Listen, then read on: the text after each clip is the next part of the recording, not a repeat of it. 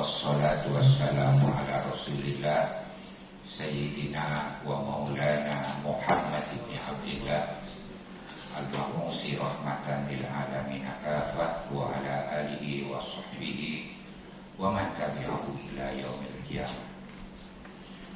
Yang saya muliakan Al-Mukarram Bapak Haji Misbahul Munir yang baru saja menyampaikan ucapan selamat kepada saya.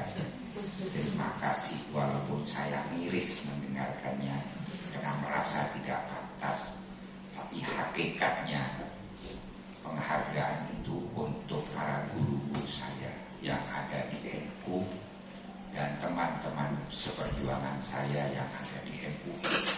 Saya dan beliau yang saya muliakan seluruh pengurus MPHI sekota Surabaya dari lembaga SMK baik negeri maupun swasta, mungkin juga ada yang ikut, dan juga Ketua MGMP Kabupaten Probolinggo Ustadz Amin. Mana Ustadz Amin?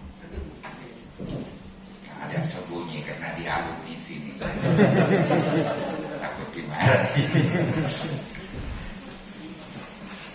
Alhamdulillah, hari ini kami keluarga besar Pesantren Zainul Hasan Genggong wajib bersyukur kehadiran Allah sekaligus merasa berbahagia atas kehadiran panjenengan semua.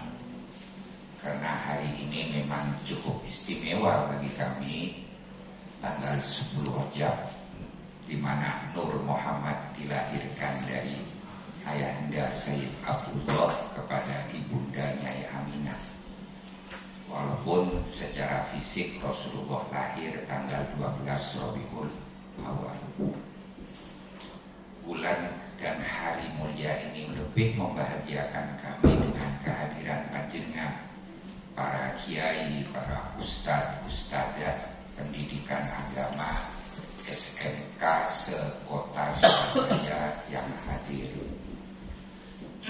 Para hadirin hadirat yang saya muliakan, sebagaimana yang disampaikan oleh Kepala Biro Pendidikan Dr. Abdul Aziz yang juga Rektor Unja, dan di sini bersama dengan saya juga ada sekitar 5 guru PAI SMK Habsawati Zainul Hasan dan Kepala SMK. Saya arduaikan untuk datang untuk hormati panjenengan semua, sekaligus nanti menambah kelengkapan dalam musyawarah kita, dalam dialog kita. Saya tidak akan banyak-banyak Pak Misbah, takut khawatir muyai syukur. Jadi saya akan menyampaikan poin-poinnya saja sesuai dengan kemampuan saya, sesuai dengan apa yang ada di pikiran saya sekarang, dan sesuai dengan apa yang keluar dari lisan saya. Secara singkat, pendidikan agama Islam atau PAI ini sangat penting dan diperlukan oleh generasi muda Islam di Indonesia. Bahkan ini merupakan kewajiban dari perspektif dari sisi orang tua kepada anak, supaya anak melek agama, supaya anak mampu mempraktekkan agama, syukur agama menjadi prinsip hidupnya. Oleh karena itu berbahagialah kita yang oleh Allah diberi amanah dalam profesi ini menjadi pendidik agama Islam. Insya Allah dengan doa mudah-mudahan profesi ini membawa manfaat dan berkah. Tugas ini membawa manfaat, maslahat dan berkah untuk kita dan umat, khususnya para putra putri umat, wabil khusus lagi di SMK Kota Surabaya. Mudah-mudahan bersama dengan ridho Allah, syafaat Rasulullah, barokah para masyayikh, para aulia, sehingga kita senantiasa mendapat ridho Allah, keridhaan Allah, maunah Allah, dan diberi keberkahan hidup kita kita, rezeki kita, dan keluarga kita. Amin. Oleh karena itu, guru-guru PAI ini perlu memperhatikan 3 hal menurut saya. Yang pertama, pendidikan agama Islam ini menjadi kebutuhan yang sangat penting, khususnya bagi anak-anak kita seusia SMK, di mana anak-anak kita seusia SMK ini masih labil. Oleh karena itu butuh bimbingan dan pendampingan dari orang-orang dewasa. Makanya guru-guru PAI ini hendaknya berusaha untuk menjadi pemenuhan kebutuhan anak-anak kita. Di antaranya yang paling penting adalah mereka butuh contoh, butuh uswatun hasanah. Maka seharusnya kita berusaha, para PAI ini harus berusaha bagaimana supaya pendidikan agama Islam ini menjadi pendidikan yang disenangi oleh anak-anak kita. Bagaimana anak-anak kita ketika menerima pelajaran agama, mereka happy, mereka senang. Dan bagaimana supaya guru agama ini menjadi idola mereka, menjadi role model, menjadi uswatun hasanah bagi mereka. Sehingga kalau guru PAI ini tidak datang pada jam jadwal mata pelajarannya, anak-anak itu mencari, menunggu-nunggu. Jadi kalau ada guru PAI tidak hadir pada jam mata pelajarannya, anak-anak itu senang, gembira, berfantaria, berarti mereka tidak dicintai tetapi tidak disukai. Mereka bukan disegani tetapi ditakuti. Kalau seperti ini kejadiannya, maka mustahil mereka akan mendengar pelajaran agama, apalagi menerima pelajaran agama, apalagi sampai menghayati dan mengamalkan. Karena menurut Sohibul Hikam Imam Ato, agama itu pertama didengar, kemudian dipahami, kemudian dihayati, kemudian masuk ke dalam hati. Artinya menyatu dengan perintah dan larangan agama, menjadi sikapnya. Tentunya atasnya lagi istiqomah. Innal ladzina qalu rabbuna Allahu tsumastaqamu tatanazzalu alaihimul malaikatu alla takhafu wa la tahzanu. Ini yang dimaksud istiqomah. Karena kalau dalam ilmu tasawuf, istiqomah itu memang puncak dari usul dan suluk. Saya bukan sufi dan bukan dosen tasawuf. Karena walaupun dosen tasawuf belum tentu tasawuf.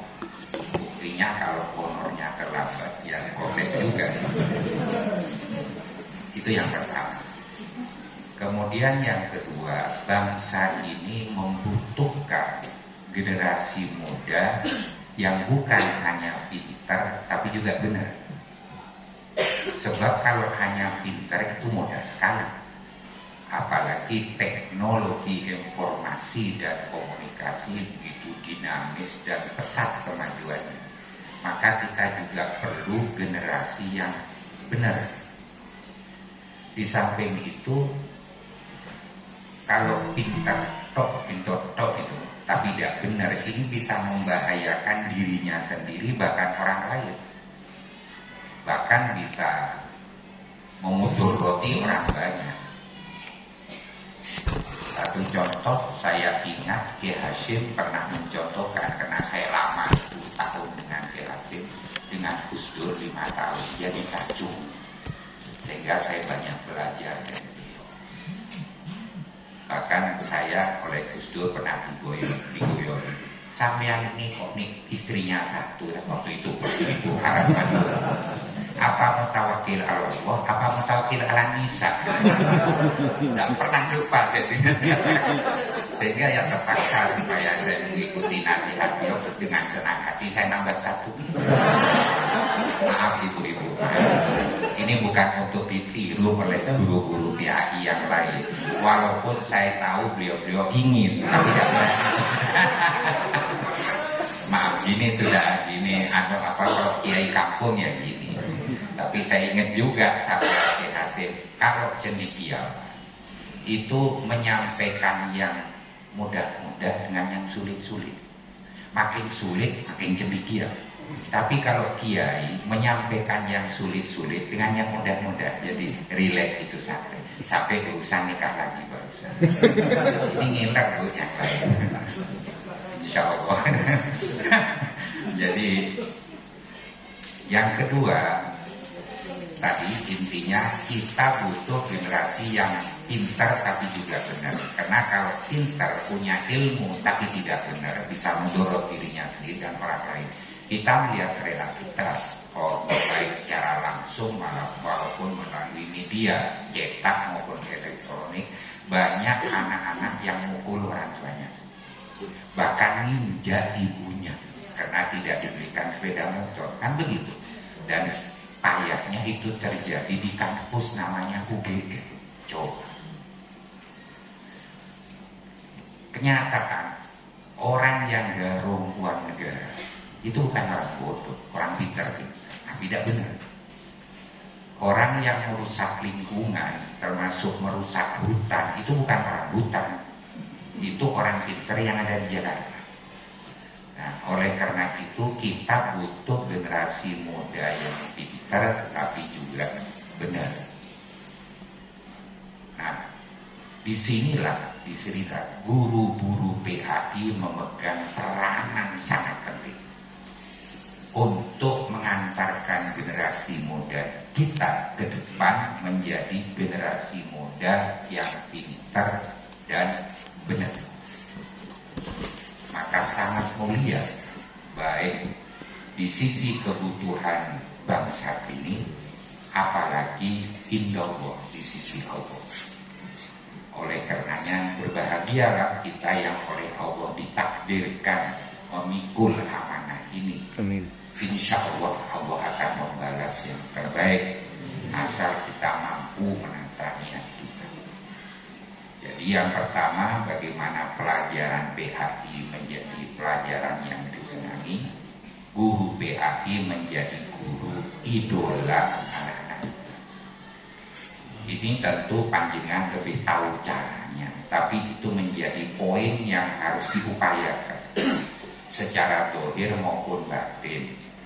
Kalau batin mungkin nih baca tidak aja setiap mau sekolah baca surat An-Nasr, tidak aja An-Nasrullah wal fath wa ra'aitan asayat quluna fi dinillahi afwaja fasabbih bihamdi rabbika wastaghfir innahu kana tawwaba. Ini ijazah dari ayah saya dari kakek saya, kemudian beliau dari gurunya Kiai Nawawi Banten. Karena beliau langsung berburu ke Kiai Nawawi Banten atas perintah Syekhona Khalid.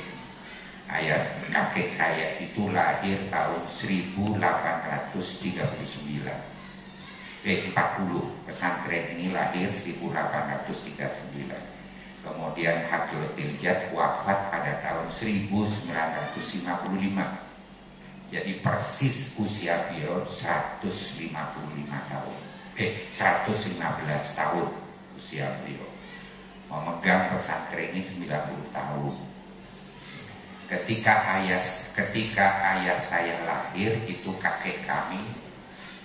ayah kami usianya ketika ayah saya lahir kakek kami Kiai Hasan ini usianya 90 tahun. Jadi usia ayah kami 25 tahun. Ini model orang sepuh dulu gitu, bel up. Kita kan banyak assembling sedikit-sedikit rewel. perlu herbal dan lain sebagainya. Jadi beliau usianya 115 tahun dan dalam usia 100 tahun punya putri lagi satu. Subhanallah. Jadi itu Mbah Kiai Muhammad Hasan. Memang di akhir-akhir hayatnya beliau banyak sekali murid-murid taifat gitu, seperti Hadratus Kiai Hamid Pasuruan. Itu tiap hari Rebu ke Mbah Sepuh. Cuman ngajinya itu mendekatkan kuping Kiai Hamid ke lisan Mbah Sepuh. Jadi didengar hingga itu saja katanya. Nah saya masih belum lahir, pasti ayah saya belum nikah. Jadi seperti itu cerita. Nah oleh karena itu bisa saya simpulkan dari cerita tadi yang terakhir bahwa kalau pesantren ini mengalami kemajuan itu bukan karena generasi yang ada, mambaknya, sumbernya, tetesan barokah dari beliau. Kami cuma dalamnya saja yang mengerjakan. Kami tidak pernah merasa bahwa saya, adik-adik saya maupun kakak saya dan ponakan-ponakan saya berbuat apa-apa. Semua barokah dari beliau-beliau. Itu yang kedua. Yang ketiga, mungkin maaf kalau Pak Misbah saya lihat memang sudah santri 24 karat, bahkan mungkin sudah kiai, atau bahkan istrinya juga sudah 2. Kenapa kok diketahui? Apa beneran? Atau yang satu hobi? Kok penting itu?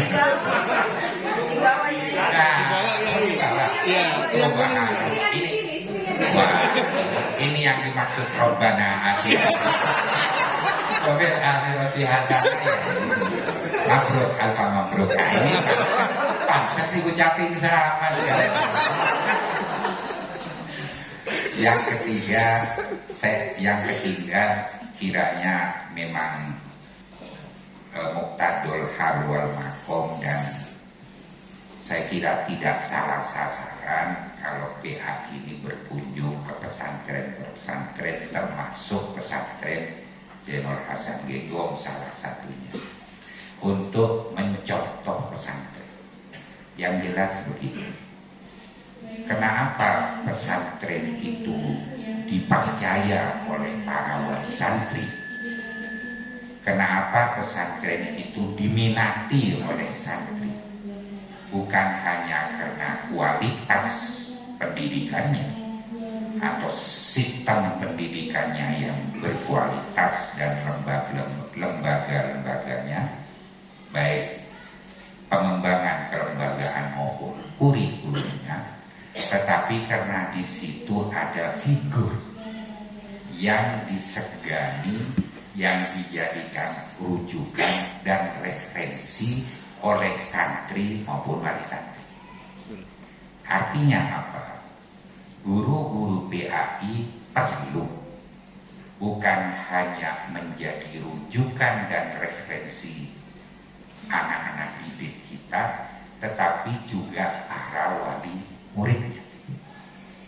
Oleh karena itu jangan sampai putus dan mengalami kebuntuan komunikasi dengan wali santri.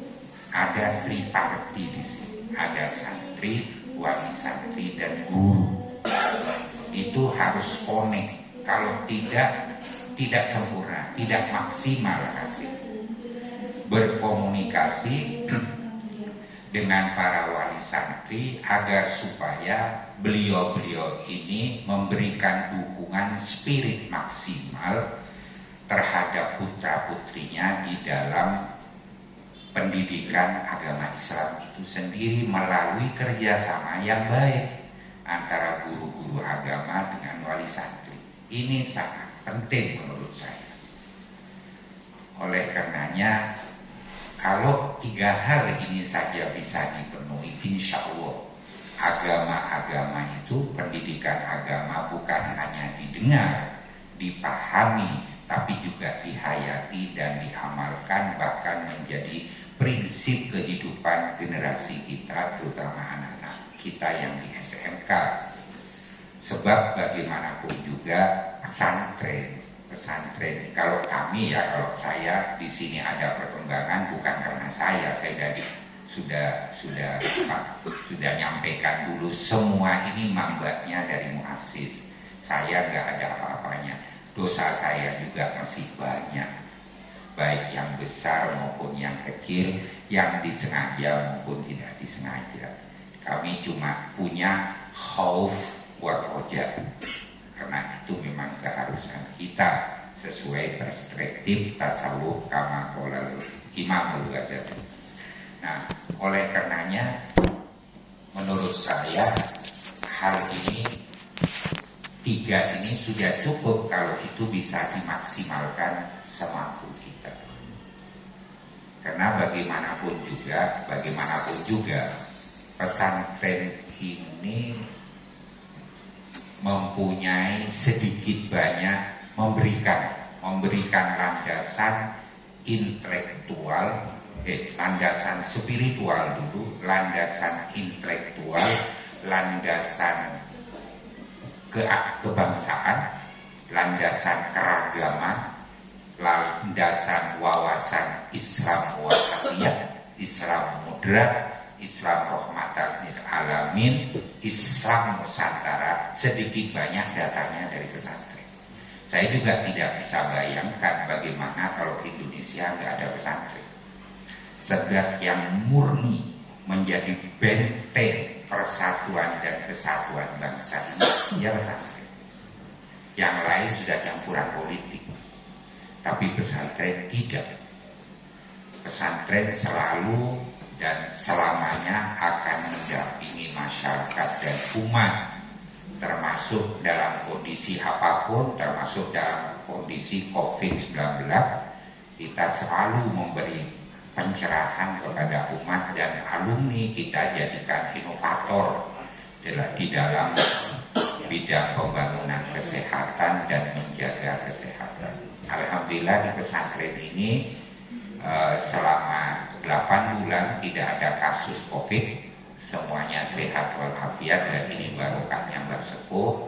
Di samping ikhtiar kita, walaupun ada yang kena sekitar 4 santri, tapi itu dari perawat, dari stikes ketika mereka praktek di puskesmas, pulangnya kena, tapi kita obati sendiri gitu, alhamdulillah. Tapi saya rahasiakan, takut pikir ada mau vaksin, tidak mau pikir ada lain sebagainya. Kita isolasi di kampus, kemudian kita beri resep olahraga yang sumbernya dari Pagar Nusa. Maaf yang tidak ngerti, harap maklum. Ada jurus namanya jurus Asmaul Husna, itu yang saya pakai. Dan ada jamu dari Bumi Solawat, yang tidak tahu dari profesor siapa, yang memang jamunya luar biasa, mungkin yang dari Sidoarjo tahu ini, dan beliau sudah almarhum penemunya. Saya kira ini Pak Misbahul Munir, nanti untuk kelanjutan dialognya saya akan membiarkan berkhidmat kepada jenengan, Kepala Biro Pendidikan, Kepala SMK. Saya mohon maaf yang sebesar-besarnya karena saya harus ke seminar kopi. Ada seminar kopi ini, mungkin di dunia baru sekali, bukan seminar, muktamar kopi dan temu nasional hotel, penggemar sepeda hotel yang suka boys, termasuk yang bicara ini suka boys, makanya ingin nambah lagi. Wah, ini muslimatnya. Amin ya rabbal alamin. Aku lupa bihada. Sekali lagi kami atas nama Sohibul Bait mohon maaf apabila dalam penyambutan kami kurang berkenan, dan mudah-mudahan kehadiran panjenengan semua membawa keberkahan pesantren ini. Amin ya rabbal alamin. Mudah-mudahan pulang ke tempat masing-masing dalam keadaan selamat, bertemu kembali dengan keluarga. Amin ya rabbal alamin. Wallahu muwaffiq ila aqwamit thoriq. Wassalamualaikum warahmatullahi wabarakatuh. Bismillahirrahmanirrahim. Alhamdulillahirabbil alamin. Wassalatu wassalamu ala asyrofil anbiya wal mursalin sayyidina Muhammadin wa ala alihi Allahumma ighfir lana dzunubana wa israfana fi amrina wa tsabbit aqdamana wa ansurna 'alal qaumil kafirin. Rabbana dzalamna anfusana wa illam taghfir lana wa tarhamna lanakunanna minal khasirin. Allahumma rzuqna al-istiqomah wal karamah wal barakah wal afiyah wal salamah wal sa'adati fid dunya wa akhirah wa anta qadona min kaidil a'da wa min al-bala wal waba wa min su'il fitani ma dhakara min Allahumma barik lana fi auladina wa auladil muslimin wa fi banatina wa banatil muslimin wa fi azwajina wa azwajil muslimin wa fi durriyatina wa fi ahlina wa fi ma ataitana wa fi ma razaqtana ya khairur raziqin. Allahumma inna nas'aluka sehatan bittaqwa wa tula umrina wa husna amalina wa rizqan la tu'adzibu alaina. Allahumma inna nas'aluka khaira hadzal yawm wa khaira ma fihi fathahu wa nusrahu wa hudahu wa khaira ma qablahu wa khaira ma ba'dahu wa na'udzu bika min syarri hadzal yawm wa syarri ma fihi wa syarri ma qablahu wa syarri ma ba'dahu. Allahumma ij'al jam'ana hadza jam'an marhuma wa tafarraqana min tafarruqan ma'suma wa la taj'al fina wa la minna wa la ma'ana syaqiyan wa la mahruma. Allahumma ij'al hadhil muhtadin wal muhtadiyat silman li awliyaik wa harban li a'daik. Allahumma ya Allah urzuqna bi barakati Muhammad Hasan Saiful Rijal Haji Imam Hafsawati wa jami'il mutaqaddimin wal mutaqaddimat min hadzal ma'ad.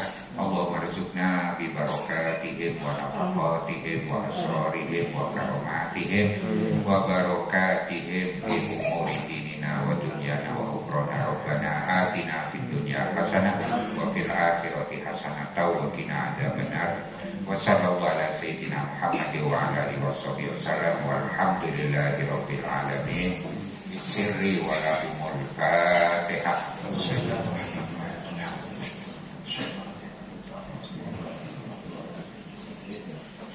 Mohon berkenan Kiai memberikan ceramah yang salam buku.